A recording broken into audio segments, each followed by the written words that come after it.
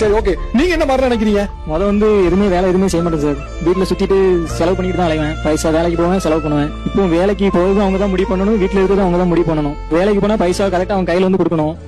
அடுத்து வீட்டுல எல்லா வேலையுமே நான் தான் பாக்குறேன். அவங்க எந்த வேலையுமே பார்க்க மாட்டாங்க, ரீல்ஸ் பாத்துக்கிட்டே இருப்பாங்க, வேற எதுவுமே செய்ய மாட்டாங்க. வீட்டு வேலை எதுவுமே வீட்டு வேலை எதுவுமே பண்ண மாட்டாங்க. பாப்பா அப்படியே யூரின் போயிட்டே இருப்பாங்க, நான் பின்னாடி தொடச்சிக்கிட்டே போக வேண்டியதான். அவங்க எதுவுமே செய்ய மாட்டாங்க.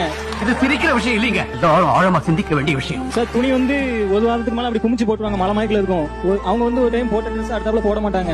நான் வந்து போட்ட ட்ரெஸ் 3 நாள் வரைக்கும் போட்டிருப்பேன்.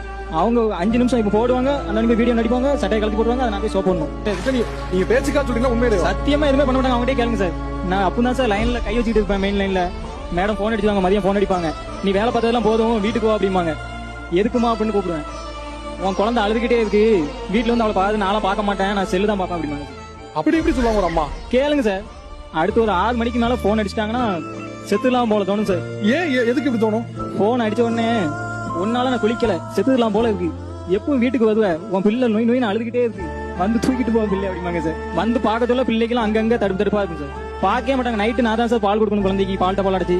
நைட்டு மேடம் எந்திக்க மாட்டாங்க, ஏன்னா காலைல இருந்து வேலை பார்க்காங்களா, ரீல்ஸ் பார்க்காங்கல்ல, அதனால நைட்டு எந்திக்க மாட்டாங்க சார். அவங்களுக்கு சொந்த ஊர் வந்து கோயம்புத்தூர், எனக்கு வந்து திருநெல்வேலி. அவங்க எப்படி வளர்ந்தாங்கன்னு எனக்கு தெரியாது, ஆனா அவங்களுக்காண்டி நான் எல்லாமே மாத்திக்கிட்டேன்.